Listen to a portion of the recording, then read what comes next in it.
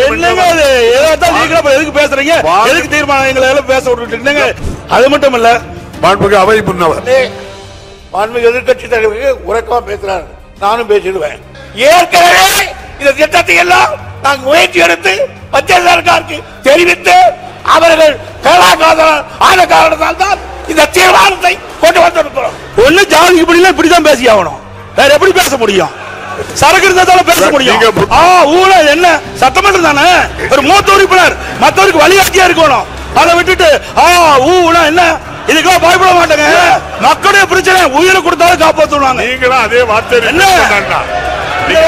நடக்காது? என்ன கத்துறீங்க? தலைவர்களே, நான் முதலமைச்சராக இருக்கிற வரையில் நிச்சயமாக ஒன்றிய அரசு இந்த திட்டத்தை கொண்டு வர முடியாது. அது வந்தால் அது தடுத்தே தீர்வோம். அப்படி ஒரு சூழல் வந்தால் அந்த பொறுப்பு நான் இருக்க மாட்டேன், முதலமைச்சர் இருக்க மாட்டேன் என்று தெளிவாக சொல்லிவிட்டேன்.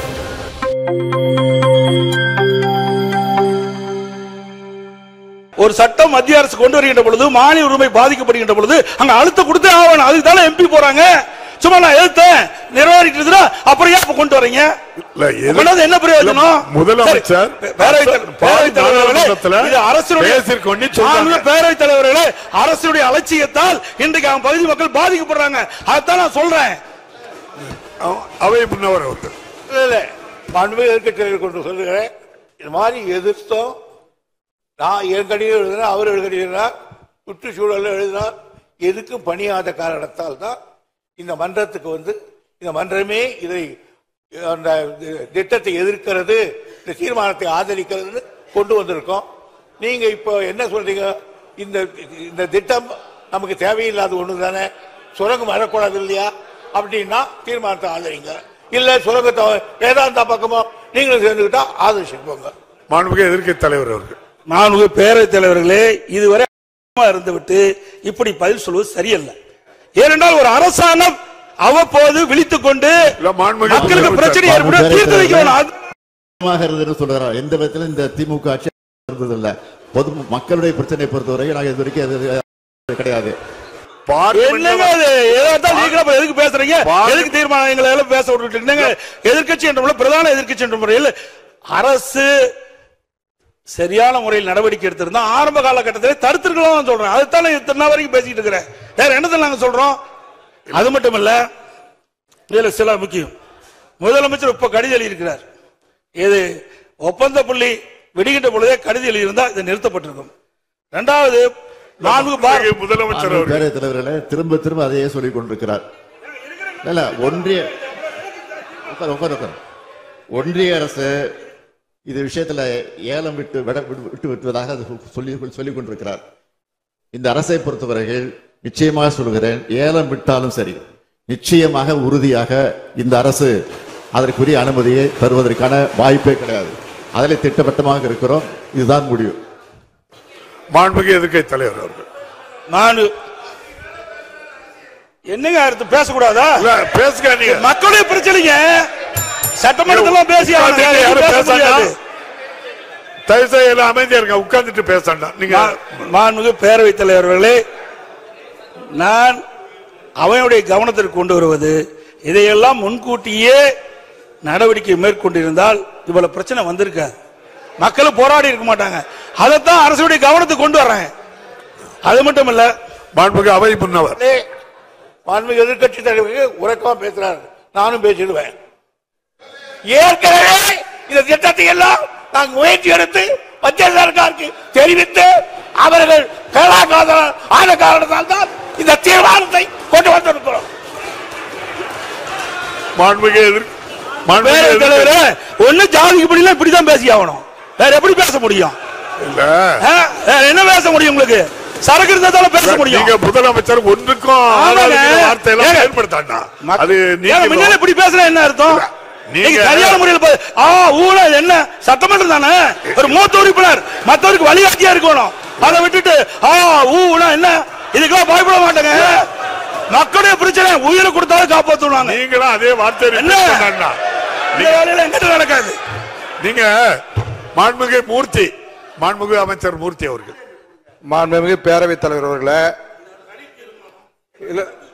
இல்ல இல்ல ஒண்ணுமே போகலைன்னா கிராம சபை கூட்டம் அமைச்சர் அதுல போராட்டத்துல கலந்துக்கிட்டு ஒரு கருத்து சொல்றாரு. பேரவைத் தலைவர் அவர்களே, நிதானமா கருத்தை சொல்லுங்க. அரட்டாப்பட்டியில கிராம சபை கூட்டம் கூட்டும் போது நேரடியாக நானே சென்று இந்த ஒன்றிய அரசு ஏலம் விடுவதாக இருந்தாலும் ஒருபோதும் தமிழக அரசு அனுமதிக்காது.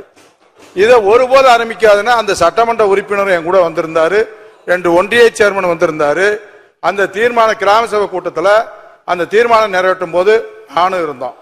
4 நாள் கழிச்சு அந்த பகுதியில் இருக்கக்கூடிய விவசாய சங்கம், வணிகர் சங்கம் எல்லாரும் சேர்ந்து மேலூர் ஒரு மிகப்பெரிய ஆர்ப்பாட்டம். நீங்க எல்லாம் ஏடிஎம்கே நீங்க எல்லாம் சேர்ந்து ஒத்த கருத்து தானே? ஆமா, ஒத்த கருத்து தான். இல்ல அப்போது வரும்போது மேலூர்ல ஒரு 5000-6000 பேர் ஆர்ப்பாட்டம் நடக்கிற போது, பல கிராமங்கள் இருக்கும்போது அந்த ஆர்ப்பாட்டத்துல நான் கலந்துகிட்டேன். அவர் சட்டமன்ற உறுப்பினரும் கலந்துகிட்டாரு. எல்லாரும் கலந்துகிட்ட போது மாண்புமிகு முதலமைச்சர் அவர்கள் பிரதமருக்கு கடிதம் எழுதியிருக்கிறார், நிச்சயமாக இது வராது அப்படின்னு. வராதுகின்ற போது அந்த ஒட்டுமொத்த மக்களும் நீங்கள் அப்போது சட்டமன்ற உறுப்பினர் நீங்க சட்டமன்றத்தில் நம்ம பெரிய பிள்ளை அவர்கள் எங்களுடைய எதிர்கட்சி தலைவர் சட்டமன்றத்தில் தீர்மானம் கொண்டு வருவார் சொன்னார்.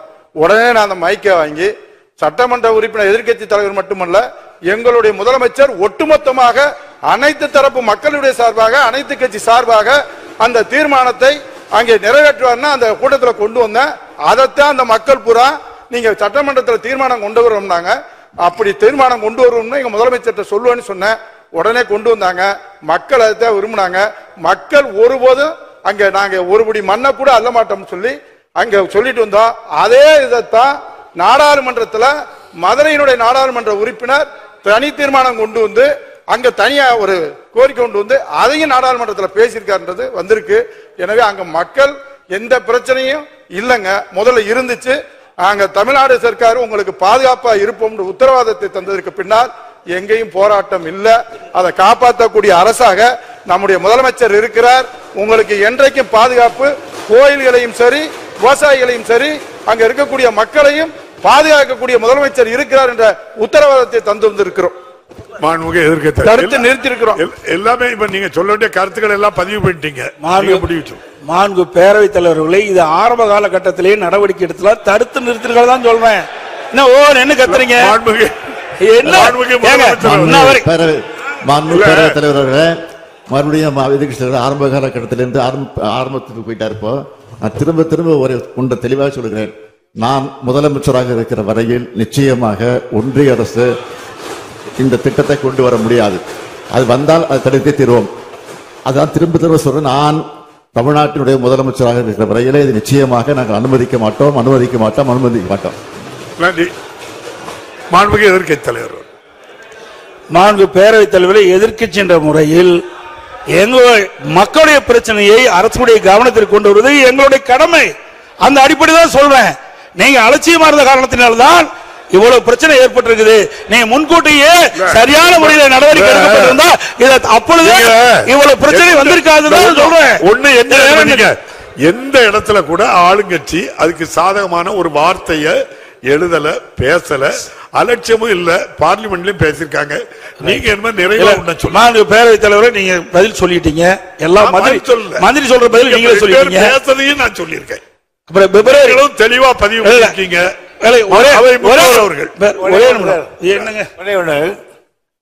மாண்புமிகு முதலமைச்சர் இந்த மாபெரும் சபையில் 3 தரம் நான் முதலமைச்சராக இருக்கிற வரையில் மத்திய சர்க்காரே அதை கொண்டு வருகிறது என்று சொன்னாலும் சரி, அதை நான் இங்கு நடத்தப்பட மாட்டேன் என்று பிரகடனப்படுத்தி இருக்கிறார்.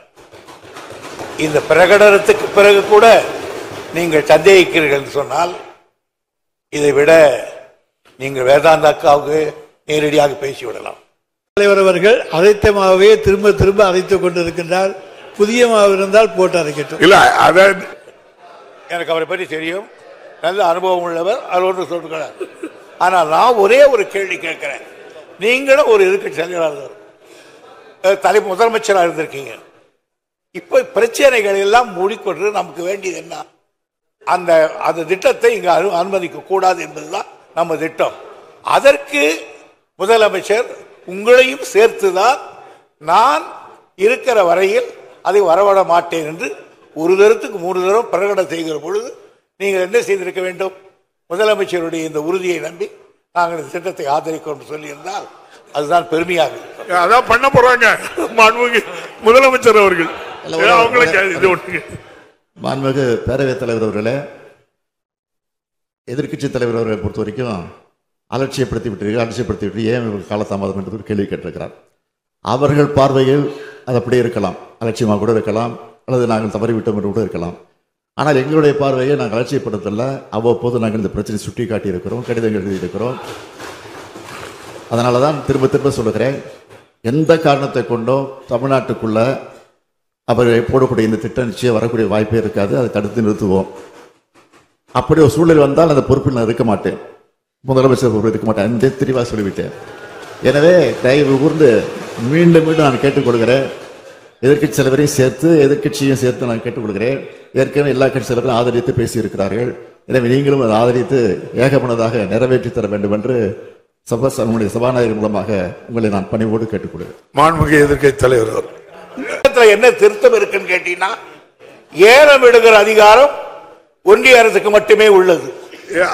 அடுத்த சென்டர் சுரங்க குத்தகை வழங்கும் அதிகாரம் மட்டுமே அரசு கொண்டு.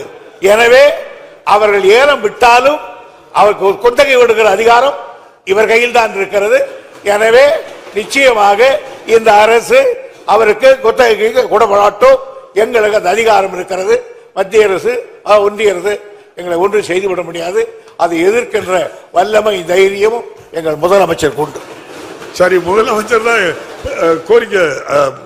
மாண்புமிகு எதிர்க்கட்சி தலைவர் முன்னேற்ற கழகம் ஆதரிக்கும்.